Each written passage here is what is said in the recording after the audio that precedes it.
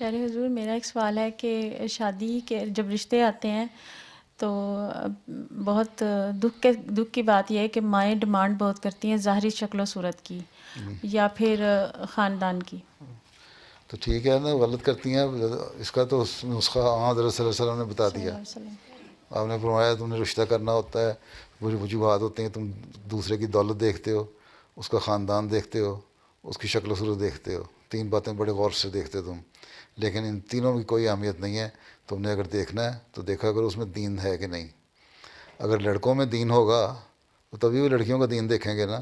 اگر لڑکوں کو تو اب کھلی چھٹی دے دیتی ہیں اور لڑکیوں پہ سختیاں کرتے ہیں ساری، اس لیے کہ دین سے دوری ہے. اس کو تو کہتی ہیں جاؤ تم دنیا کماؤ، لیکن لڑکوں کے رشتے تو اپنی مرضی سے کرا دیتی ہیں مائیں، یا لڑکے اپنی مرضی سے کر لیتے ہیں تربیت نہ ہونے کی وجہ سے. دین نہیں دیکھتے، اور مائیں بھی دنیا داری کی طرف پڑی ہوتی ہیں.